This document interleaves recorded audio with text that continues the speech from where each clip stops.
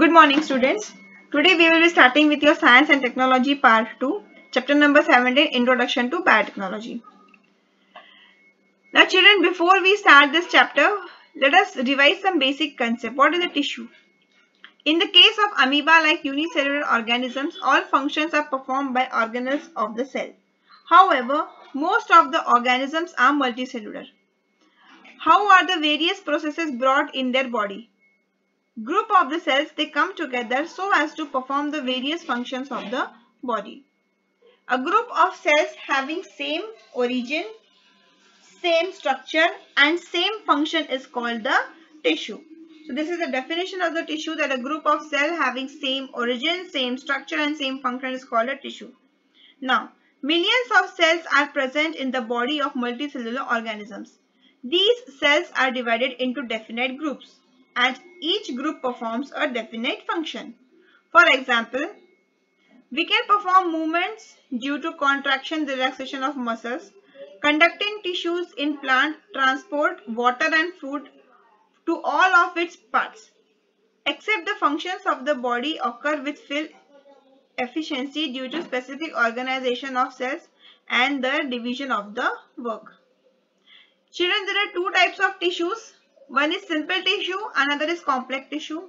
Simple tissues are made up of only one type of cells. Example, epithelial tissues of animals and meristematic tissues of plants. And complex tissues are made up of more than one type of cells. Example, blood of animals, xylem and phloem tissues in the plants. Now, children, you should know that plants being sedentary, most of their tissues are of the type that give support. These are the dead cells in some of the tissues and these do not need much attention. Growth of the plant occurs in a specific parts of their body where the tissues containing divide the cell. As animals have to move from place to place in search of food, shelter and partners, their energy needs are greater. Most of the tissues are made up of living cells. Uniform growth occurs throughout the body of an animal and they do not have different dividing and non-dividing tissues. This means that plants and animals have different types of tissues on performing of the necessary functions.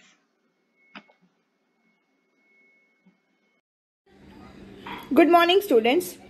Children, now we will be proceeding towards the next video of your chapter number 17, Introduction to Biotechnology in Science and Technology Part 2. Now, here we are going to study about the animal tissue. See children, this is the diagram of the animal tissue. The animal tissue is having different subcategories like muscular tissue, connective tissue, nervous tissue and the epithelial tissue. In the body of animals, different organs come together to perform a specific function. Organs like lung and trachea, with the help of the contraction and relaxation of some muscles, bring about the functions of respiration. In human body or in animal body, you can say different tissues perform different functions.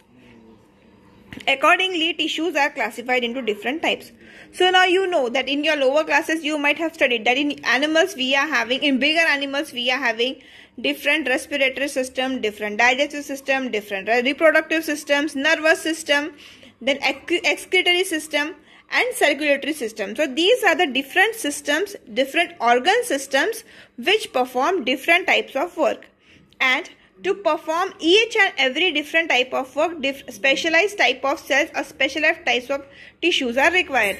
So, as on the basis of performance of the activity, different tissues are classified as epithelial tissue, connective tissue, muscular tissue and the nervous tissue. So children, in your upcoming videos, you will be studying each and every type of tissue in detail, in which organ the particular tissue is present, what is the function of that particular tissue, where is it located and what is the structure of that tissue. So these all details of each and every tissue you will be going to study in your upcoming videos. Children, you should know that blood is also a type of connective tissue. It circulates in our body from one part to another and transports different materials. For example, blood transports oxygen and nutrients to the cells in the body, and similarly it transports waste materials generated all over the body to the kidney for the purpose of excretion. Children, here we are going to stop about this video about types of tissues. In your upcoming videos, you will be studying each and every type in detail. And till that time, children, please revise the videos twice, read the textbook, and if possible, again read the textbook, highlight the important things, underline the important things, and stay home, students. Stay safe. Take care. Bye. Have a nice day. Good morning, students. Welcome to your Science and Technology Part 2, Chapter number 17, Introduction to Biotechnology. So children, in today's video, we are going to study about the epithelial tissues. What are the epithelial tissues? The protecting coverings in the animal body are called epithelial tissues. Cells in these tissues are closely packed to form a continuous layers. Any material that enters the body first encounters with the epithelial tissue. Cells of the epithelial tissues are separated from the cells of other underlying tissues by a fibrous membrane. The skin, mucous layer of the mouth cavity, inner cavity of blood vessels, walls of the alveoli are made up of the epithelial tissues. Now, in this table, we are going to study about the name of the epithelial tissues. Okay, there are various types, so we are going to study about the various types. How do they appear in the diagrammatic way? Where are they located? How is the structure and what's the function? So the first type of epithelial tissue is the squamous epithelium. It's located in the inner surface of mouth, esophagus, blood vessels and alveoli. The structure, it's very thin, small, flat and forms a semi-permeable membrane. What's the function of this squamous epithelium, students? The function of the squamous epithelium is about the selective transport of the substances. After squamous epithelium, we are having the stratified epithelium. It forms the outer layer of the skin. Many layers of the cells are formed by the stratified squamous epithelium. What's the function? It prevents the wearing of the organs and protects of the organs. Then next is the glandular epithelium. It's located in inner layers of the skin. The structure is the cell contains vesicle packed with a secretory material. And glandular epithelium has the function of secretion. It secretes the sweat, oil and mucus in your body. After glandular epithelium, you are having the columnar epithelium. The columnar epithelium is located in inner surface of the body of the alimentary canal, and its structure, it forms a tall column-like cells. The upper free surface bears folds made up of these cells, and these are the places of absorption. The absorption, your alimentary canal, you know very well, it's related to your digestive system. And when your food enters into your alimentary canal, some of the nutrients are absorbed. And this absorption, this place of absorption is done with the help of the columnar epithelium. And its function is secretion of digestive juices and absorption of nutrients. After this, we are having the ciliated epithelium. The ciliated epithelium is located in the inner surface of the respiratory tract. The upper free surface of the cell bears minute hair-like processes.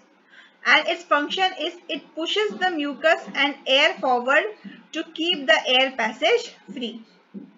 And the last type of epithelium which we are going to study is about the cuboidal epithelium. The cuboidal epithelium is forming the nephrons. Okay, nephrons in the kidney, and it's present in the salivary glands. This about the nephron and structure of nephron we are going to study when we are going to study about the excretory system and when we are going to study about the diagram of kidney. The structure is these cells are in cuboidal in shape, and its function is reabsorption of useful materials from urine, and it secretes the saliva. Children, I request you all to once again go through the textbook and revise the whole video, especially this table. Okay. In exam, you may be asked to name any two types of the epithelial cell, epithelium tissues, and write its structure, location, or function. So kindly refer this table. It's given in your textbook. Go through the video, revise from the textbook so your concepts will be more clear. Good morning students, welcome back. Now in this video we are going to study about the connective tissue. The tissue which joins different parts of the body are called the connective tissue. Cells in this type of tissues are loosely arranged with a ground substance in free surface spaces in the between. The ground substance may be solid, liquid, or it may be jelly-like. Children, the different types of connective tissue we are going to study. As you can recall, in your previous video I have taught you that blood is also a type of a connective tissue. So the first we are going to study about the blood. Blood is a type of a connective tissue. Its location is in a closed circulatory system. Structure. The blood is made up of erythrocyte, leukocyte and platelets in a liquid plasma. What's the function? The function of the blood is to transport oxygen, nutrients, hormones and waste. After blood we are having the lymph. Lymph is located all around the cells in the body. Its structure is, it's a fluid oozed out of the blood capillaries and it contains leukocytes and the liquid ground substance. The function of the lymph is protection of body from infection. Then we are having the areolar connective tissue. The areolar connective tissue is present between skin and muscles and around the blood vessels.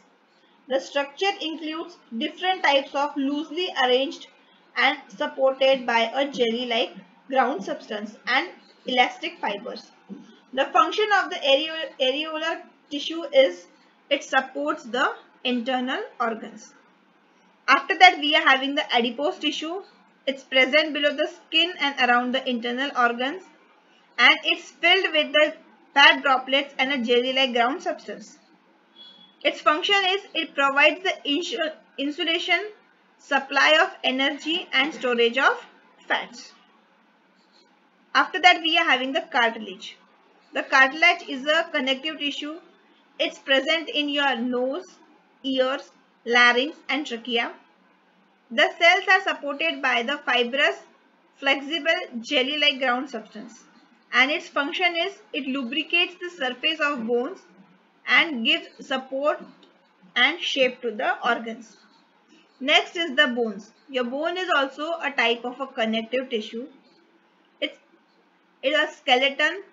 It's located in skeleton and it's made up of osteocytes embedded in solid ground substances, and it's made up of calciums and phosphates. The function of the bones is it supports and protects the different organs and helps in the movement. And then we are having the tendons and the ligaments. These are located at the joints, and these are made up of, tendons are made up of the fibrous, strong and less elastic tissues, whereas ligaments are strong and highly flexible. The function of the tendon is to join muscles to bone, whereas ligaments they joins two bones to each other.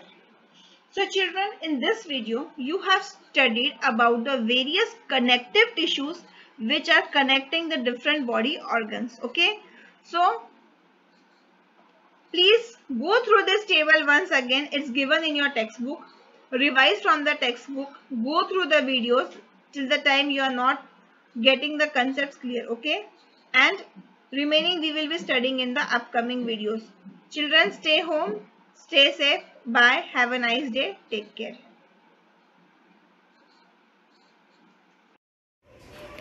Good morning students. Children, today we will be studying about the muscular tissue.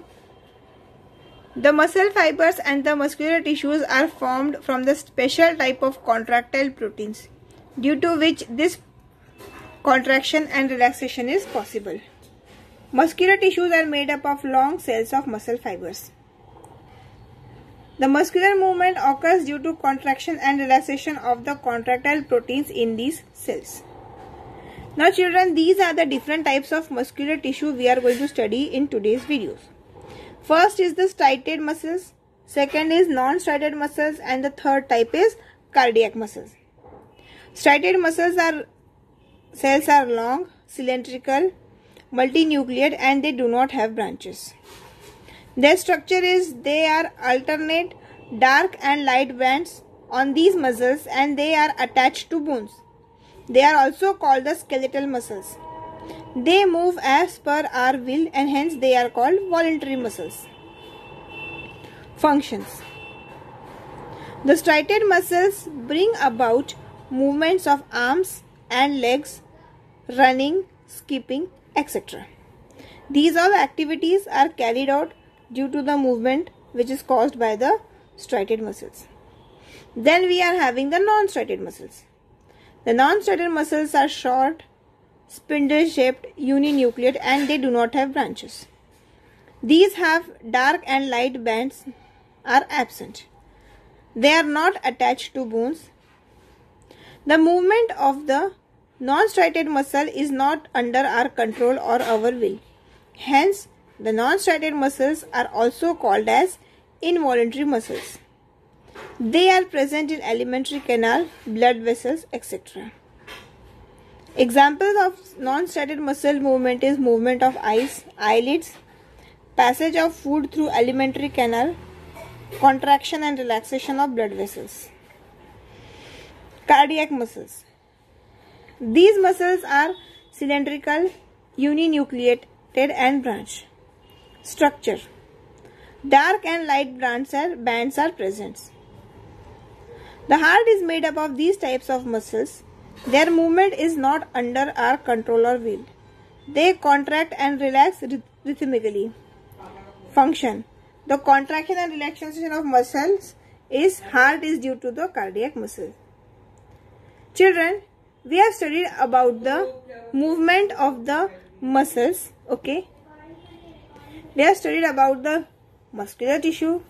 We are knowing the types of the muscular tissue and its various functions. This chart is given in your textbook. Kindly refer the chart and read the textbook so you will be getting more clear concept about this. Remaining we will be looking into the upcoming video. Good morning students. Now we will be studying about the nervous tissue. The nervous tissue is present in the nervous system. The nervous tissue enables us to respond to stimuli like touch, sound, color, odor, etc. The cells of nervous tissues are specially made up to come excited and to conduct the excitation from one part of the body to another. The cell body, which contains the cytoplasm and the nucleus, is the main part of each nerve cell. Numerous small branched fibers called dendrites arise from the cell body. One of the fibers, however, is extremely long. It is called as the axon. The length of the nerve cell may even be up to 1 meter. Many nerve cells are bound together with the help of a connective tissue to form a nerve.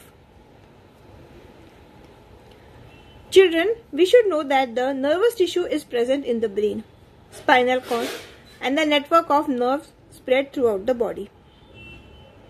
In most of the animals, in response to stimuli occurs due to the integrated function of nervous tissues and the muscular tissues.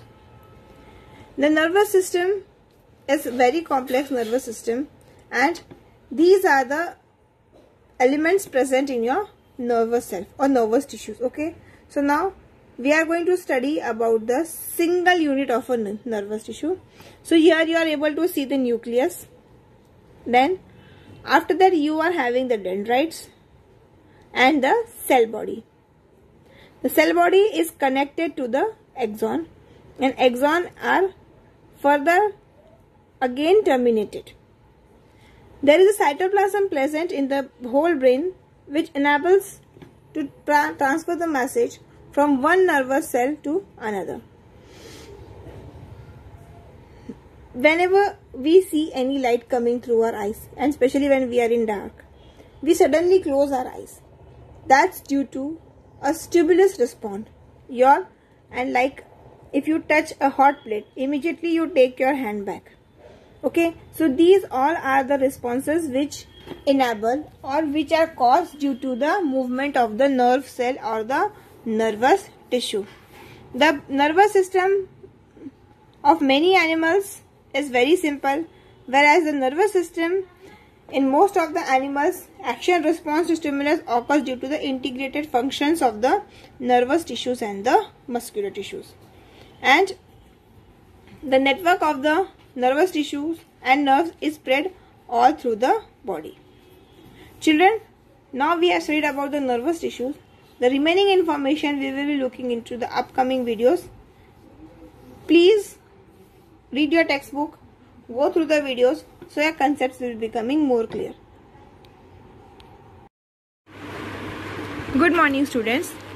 Children, today in your science and technology part 2, we will be starting with the plant tissue. Now the plant tissue is known as a different types, okay. So there is a permanent tissue and there is a meristematic tissue, okay. So in the plant tissue, first we are going to study about the meristematic tissue. As meristematic tissue is present in specific part of plant, growth occurs in those parts only. Since it is not present in everywhere, so that's why the growth is not occurring throughout the plant. Then cells of meristematic tissues contain thick cytoplasm, okay, a nucleus, and this a thin cell wall and completely packed are together. The vacuoles are absent in this cell. The cells are highly active and they bring about the plant growth. According to location, meristematic tissue is classified into the 3 types as given below. Okay. Now, this is something which you should know, that the meristematic tissues are located different places. Okay. And as per their requirement, as per their, you can say, as per their function, the meristematic tissues are divided into 3 different types. So we are going to study the position of each and every type, okay. So your first meristematic tissue which you have to study is apical meristem. Apical meristem is either at the stem or at the root, and its function is to increase the length of root and stem. The next type of the meristem is the intercalary meristem, and the function of this intercalary meristem is it causes the growth of branches and formation of leaves and flowers. Intercalary meristem is present at the base of the petiole and at the leaves and the branches, okay. So it increases the growth, it causes the growth of branches and leaves and flowers. Then the next type of tissue which you have to study about the lateral. The lateral meristem is located in the sides of roots and stem, and its function is to increase the diameter of the root and stem. Diameter or girth, you can say. Its function is to increase either the diameter or the girth of the root and the stem. So children, according to their function, here we have studied the different types of meristematic tissues, their locations and the functions, okay. So apical, intercalary and the lateral meristems are the 3 different types of the meristematic tissues. Remaining we will be looking into the upcoming videos.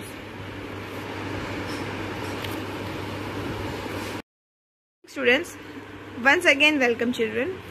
Now here we are going to study about the permanent tissues. As the growth of the cell is complete, the new cells are formed by the division of the meristematic tissues. The meristematic tissues lose their ability to divide and start performing a specific function at a specific place. And thus they permanently acquire a specific structure, shape and location and perform a specific function. This is called as a differentiation, and permanent tissues are formed from these differentiated cells. There are two types of permanent tissues. One is simple permanent tissue and the second type is the complex permanent tissue. So here in this video we will be going to study about the simple permanent tissue, the types of the simple permanent tissue and the location of the simple permanent tissue. Now here the types of the simple permanent tissues. First is the parenchyma. The structure of the cells is living within the thin cell wall and they have the intercellular spaces. Location. Where are these located?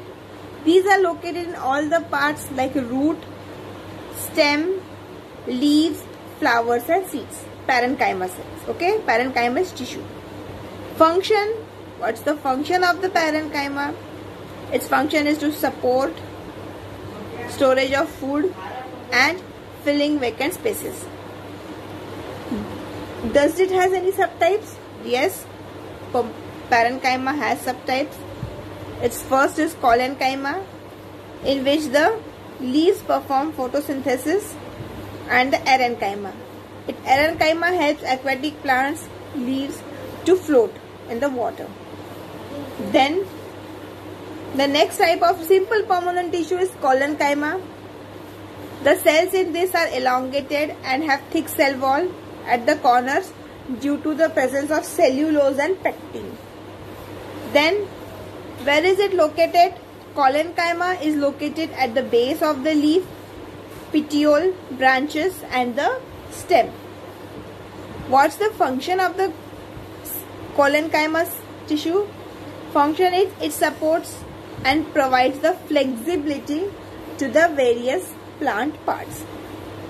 Then the next type is the sclerenchyma. How are the structures of the sclerenchyma? The structure of the sclerenchyma is it is dead and fibrous cells with the tapering end. Cell wall contains lignin. And where is it located? It's located near the stem, veins of leaves, hard coats of seed and outer covering of the coconut. These all are the places where the sclerenchyma tissues are present. And what are the function? It gives strength and rigidity to the parts of the plant. The sclerenchyma gives the strength and rigidity to the parts of the plant. Children, this table is given in your textbooks. Kindly refer from the textbook, read the textbook and watch the video so your concepts will be becoming more clear. The remaining we will be looking into the upcoming videos. Good morning students. Now we are going to study about the types of complex permanent tissues. In the previous video you have studied about the types of the, yes, you have studied about the sclerenchyma, collenchyma, simple permanent tissues. Now you are going to study about the complex permanent tissue. The complex permanent tissue is two types, xylem and phloem. Now xylem and phloem, the characteristics of xylem and phloem we are going to study. The xylem consists of thick walled dead cells. How are the types of the cells in the xylem? Xylem is contained by the tracheids vessel, xylem fibers, dead cells. Xylem parenchyma is the living cells. So in xylem you are having dead cells and living cells. So dead cells are tracheids, vessels and xylem fibers, whereas the xylem parenchyma is the living cell. What type of structure does the xylem has? The structure like interconnected tubes conduct water and mineral only in the upward direction. So xylem is responsible for the conduction of water and minerals only in the upward direction. After that, in complex permanent tissue we are having phloem. Phloem consists of cytoplasm containing living cells. Sieve tubes, companion cells, phloem parenchyma are the living cells, whereas the phloem fibers are the dead cells. What is its function? The tubes joined to each other conduct sugar and amino acids from leaves to various parts in upward and downward direction. So the phloem is responsible for carrying of the sugar and amino acids from leaves to the different parts of body in upward as well as in downward direction. Some cells in the living organisms are totipotent. Totipotent means what? If it is provided a proper environment, a new organism can grow from these cells. It was realized with the help of this property of the cells and their genetically controlled biochemical processes, varieties of high-yielding crops and new species of animals and various vaccines could be produced. And this led to the rise of a new branch in biology, that is the biotechnology. So your chapter, children, Introduction to Biotechnology. Okay, your chapter we are studying now. Due to this heading is given because now you are going to study about actually what is biotechnology. Please student, refer the textbook, go through the videos, so your concepts will be becoming more clear and you will be understanding the chapter more properly. Bye students, stay home, stay safe. Good morning students. Today we will be studying the topic about the biotechnology. Now children, for just your revision purpose, I just want to discuss certain things. In your previous videos, we have studied about the tissues. We have studied about the plant tissues. We studied about the animal tissues. We have studied different types about the plant tissues and the different types of animal tissues. Now children, we are going to study the concept of biotechnology. Bio means what? You all are very well aware, means living, and technology means the field in which the techniques are used, scientific data, scientific information, scientific procedures are used to improve it. Okay. What is the use of biotechnology, students? With the help of this technique, with the help of the technique of the biotechnology, it has become possible to produce plants and animals bearing some new characteristics in addition to their natural ones. Means generally we see, on one plant there are many flowers which are having different colors. If you have seen in your surrounding, so that different colors of bearing flowers on the same plant is nothing but due to the use of the biotechnology.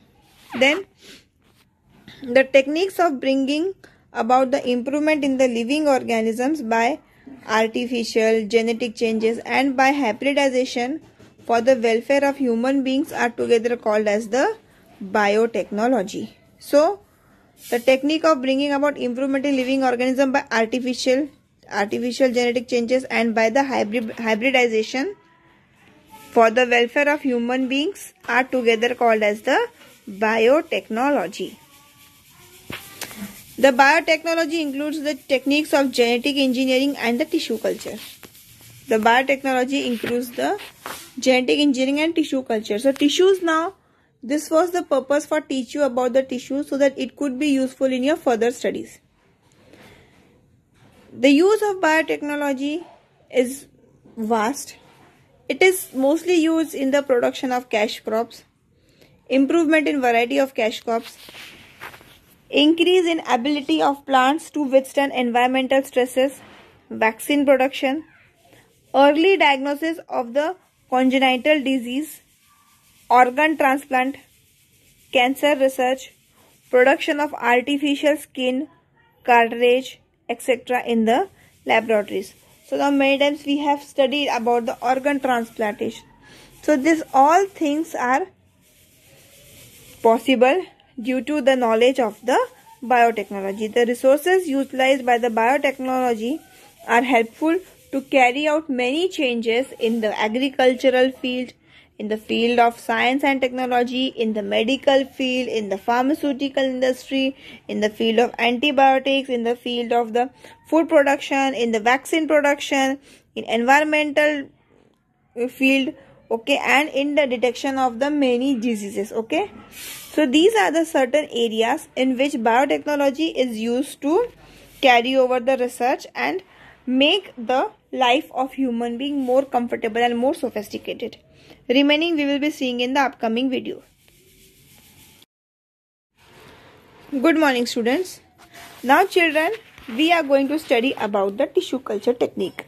What is actually the tissue culture? Now in your previous videos you have studied about the plant tissues, animal tissues. You have studied about the biotechnology. Now you have to study about the tissue culture and why this technique is useful in many ways. So what is actually the tissue culture? The ex vivo growth of cells or tissues in an aseptic and nutrient rich medium is called the tissue culture. Ex vivo growth means outside the growth, okay, external growth you can say, of cells and tissues in an aseptic and nutrient rich medium is called as the tissue culture. Nowadays a complete organism can be developed from a single cell or from tissues with the help of the tissue culture technique. A liquid, solid or gel-like medium prepared from agar, which supplies nutrients and energy necessary for tissue culture, is used for this technique. So an agar is the name of the medium. It may be sometimes used, we are using solid, liquid or gel. It is mostly used to supply the nutrients and energy to the tissues which we are cultivating. Now the scientist Frederick Campion Stewart was a British botanist. He had shown that the cells and tissues can be grown ex vivo. Okay, externally they can be grown. To prove this, he isolated the cells from carrot root and cultured them in a nutrient rich medium. He also proved that each cell has ability to produce a new plant. So Frederick Campion Stewart was the scientist who proved that each and every cell is having the ability to produce or to become into a new plant. So this was how it was taken. Various processes in tissue cultures are shown in this diagram. So first of all, a source plant is there. Then we are extracting bulb corn of source plant. Certain primary treatments are given to that bulb corn. Then reproduction or multiplication of that cells takes place.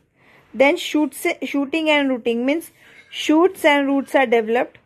And after the shoots and roots developed, the plant primary herding takes place.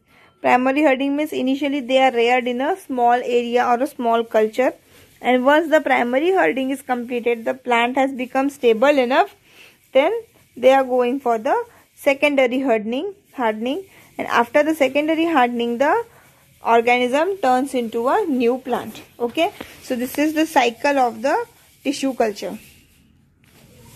Then after this, here we are going to study about how the tissue culture, the banana plantlets farming with the help of the tissue culture. See this. The first figure you are able to see about the banana plantlets, and then second figure you are able to see how they are sown in the original field, and you get the banana production from the plants. Okay, so this was regarding the tissue culture and biotechnology. Kindly refer the textbook, students, for the more details, so your concepts will be becoming more clear. Good morning, students. Children, today we will be studying about the changes in agricultural management due to the biotechnology. So how is the agriculture change? How is the management of agriculture change? That we are going to study. So children, previously I have mentioned you about the GM crops, okay? Genetically modified crops. GM crops are being produced by introducing changes in the DNA of natural crops. Normally, such varieties are not found in nature. Thus, new varieties are produced artificially. Different useful characteristics are introduced in such varieties. These crops are having the ability to withstand environmental stress. Some naturally occurring varieties cannot withstand environmental stress like frequently changing temperature, wet and dry famines, changing climate, etc. However, GM crops can grow in any of such adverse conditions. As GM crops are resistant to insect, pathogens, pests, chemical, weedicide, etc., the use of harmful chemicals like pesticides can be avoided. Due to use of seeds of GM crops, there is improvement in the nutrition value of and decrease in the loss of the crops. In this way, the seeds of a better quality of crops are being produced. Farmers from all over the world are cultivating the GM crops on large scale. The area under its cultivation is increasing day by day. Now children, you should know that high yielding varieties of GM crops like banana, maize, rice, potato, soybean, tomato, cotton, apple, brinjal, papaya, beet, rose, tobacco, wheat, etc. are available. Now we are going to study about some of the examples. Now, pest resistant genes have been introduced in some of these crops. Example, maize, MON 810 and MON 863. Potato, Amflora. And in variety of rice, it is golden rice. Soybean, it is Wistive Gold. Tomato, Vaishali. And cotton, BT cotton.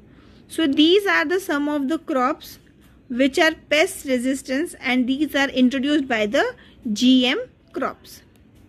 In this way, students, a green revolution is being achieved through tissue culture, and a country like India, where we are having a large population, it is meeting with success in producing sufficient food grains for all.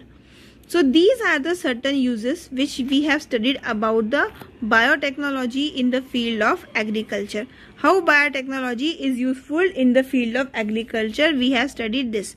Remaining we will be looking into the upcoming video. Good morning students. Now we are going to study about the application of biotechnology in floriculture, nurseries and forestry.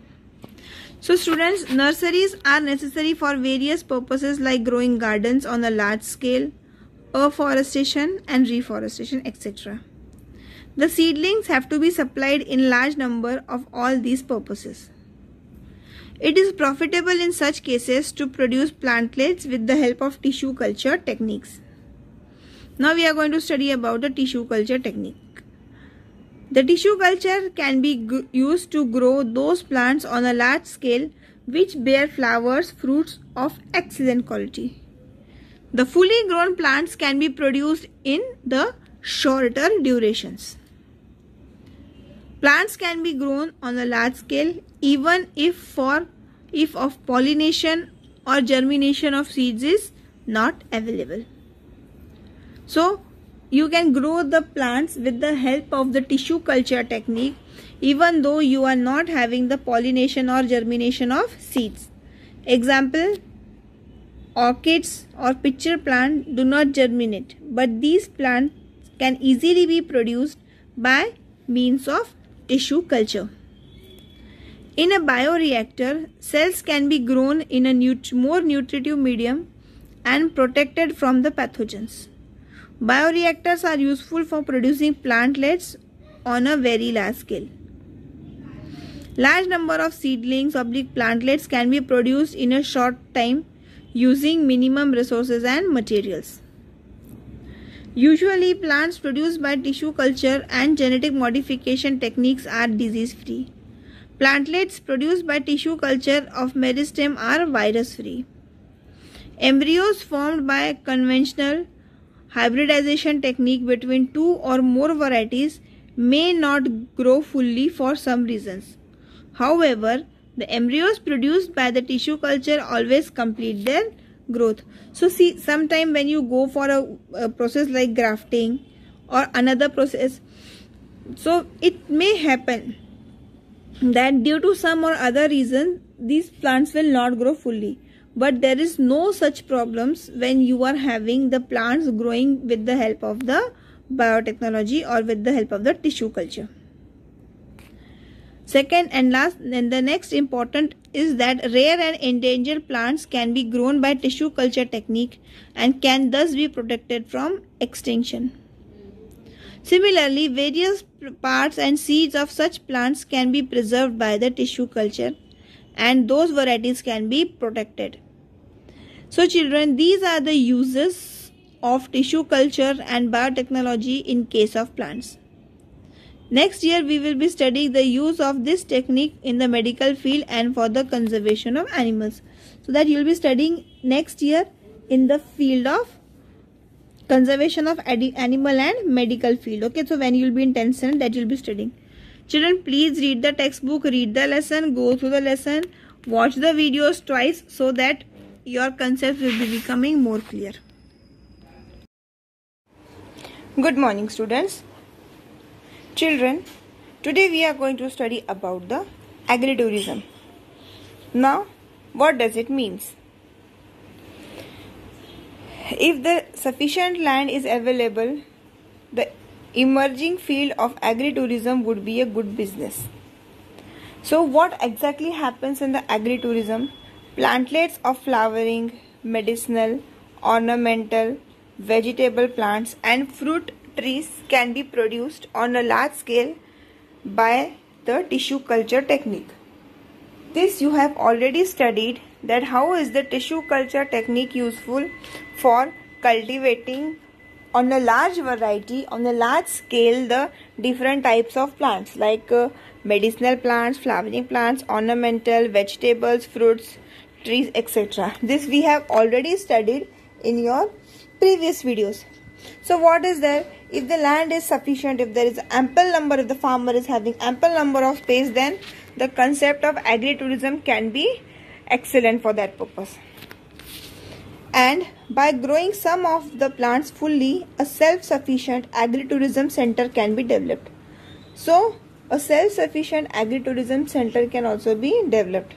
Now, fruits like mango, chiku, guava, coconut, custard apple and some other regional fruit trees, shade-giving local or exotic attractive plants, ornamental and flowering plants can be used, butterfly gardens can be made, medicinal plant gardens can be made, and organic vegetables and fruits can be cultivated. So these are the certain things which would be possible to grow, possible to cultivate if you have a concept of agritourism. And for fulfilling this concept of agritourism, you require the knowledge of tissue culture. People visit such places with such attractions in large numbers. Selling plantlets, selling fruits, vegetables at such place can be quite profitable. So when more people visit these areas, so you will have an ample number of customers. If the person is growing such type of trees, there will be no problem of customers. People will be there to buy these products and it will be helpful to profitable to the farmers also. So this was regarding the concept of agritourism, how the plants are working in the agritourism and how the tissue culture is helpful for the agritourism purpose. After this we will be looking towards the animal husbandry and some another concept of this chapter. So children, by that time you have to revise these videos and you have to read your textbook also simultaneously. Now children, we will be studying about the agro-complementary occupations. What are the agro-complementary occupations? The occupations which move along or which can be carried along with the agricultural practices are known as an agro-complementary occupations. In that, first we are having animal husbandry. In India, animal husbandry is practiced for milk production and for using the cattle as help in farming operations. Example, cows and buffaloes are raised for milk and bulls and male buffaloes are used for the pulling of heavy loads. So these are the uses how the cows and buffaloes and milk are used for the milk purposes and bulls and the male buffaloes are used for pulling the heavy loads. Some of them are local Indian varieties of cows are like Sahiwal, Sindhi, Gir, Lal Khandri, Devni, Khillari, Dangi, etc. And exotic varieties of the cows are like Jersey, Brown Swiss, Holstein, etc. are kept for their milk. Proper care of cattle is necessary for a clean and high yield of milk. So obviously when you are raising the animal, for the purpose of the milk production, you should have to take proper care of those animals.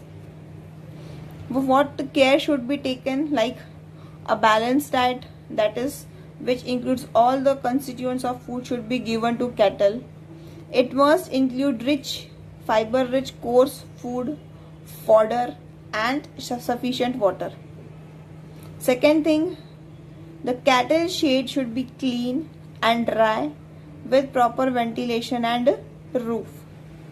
Next, cattle should be regularly vaccinated. Your cattle should be regularly vaccinated. So these are the certain cares which you should take when you are working for a animal husbandry and when the people want to rear their cattle for the purpose of the milk or from other purposes.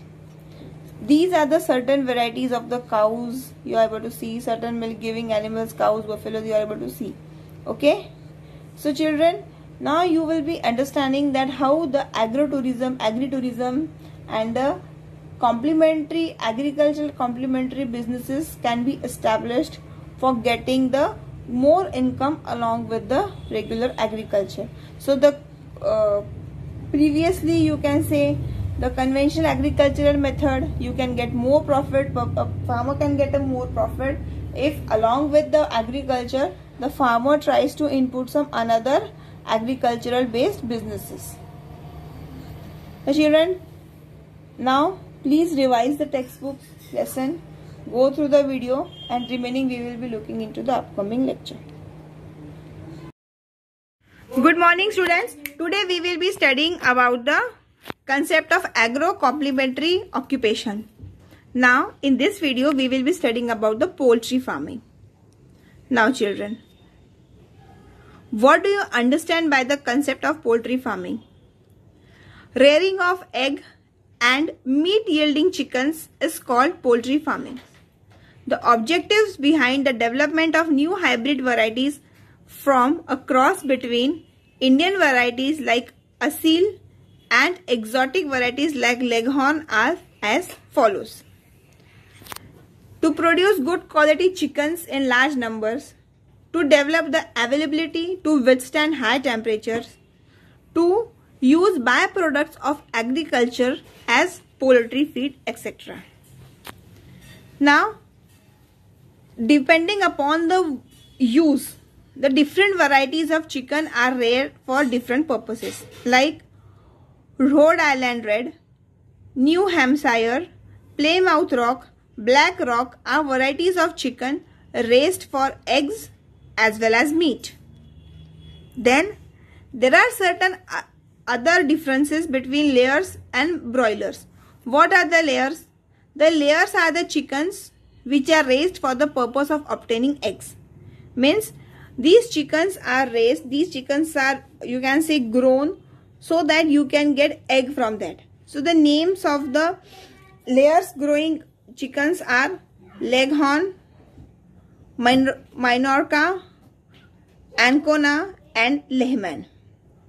Whereas the chickens raised for the meat purpose, okay, so there are certain varieties of the chickens which are raised for the purpose of obtaining meat. So the name of such varieties of the chicken are Brahma, Long, Cochin and Asil. So these are the four varieties which are four species, you can say, which are raised for the purpose of the meat. So children, poultry farming is also an agro-complementary business. It can be established along with the agriculture to get more income as an alternative source. Now after this we will be looking into the upcoming video. Good morning students. Today we will be studying about the complementary occupations. And in this video, we will be studying about the sericulture. Sericulture is the process of rearing the silkworm for the process of obtaining the silk. Now, this first slide shows you the life cycle of the silk moth or a silkworm. The egg gets converted into the larva gets converted into the pupa, and pupa gets converted into the adult moth. Silkworms are raised for the purpose of the production of silk. Bombyx mori is the most commonly used variety for this purpose. The life cycle of silkworm or silk moth consists of 4 stages, namely egg, larva, pupa and adult. This we have already studied in the previous slide. Thousands of eggs are deposited by female moths are incubated artificially to shorten the incubation period. Larvae hatching out of eggs are released on mulberry plants. Larvae are nourished by feeding on mulberry leaves. After feeding for 3 to 4 days, the larvae move towards the branches of the mulberry plant. The silk thread is formed from the secretion of their salivary glands. Larvae spin this thread around themselves to form a cocoon. The cocoon may be spherical in shape. 10 days before the pupa turns into an adult, all the cocoons are transferred into the boiling water. Due to boiling water, the pupa in the cocoon dies and the silk fibers become loose. And these fibers are then further unwound, processed and reeled. The various kinds of fabrics is woven from the silk threads. So students, here we have discussed the process of how the silk is obtained from the silkworm. Okay. Now, please go through the video, refer your textbook, and children, I am sending the PDF of this chapter, notes of this chapter. Kindly complete it in your Science 2 notebook. Bye children. Stay home, stay safe.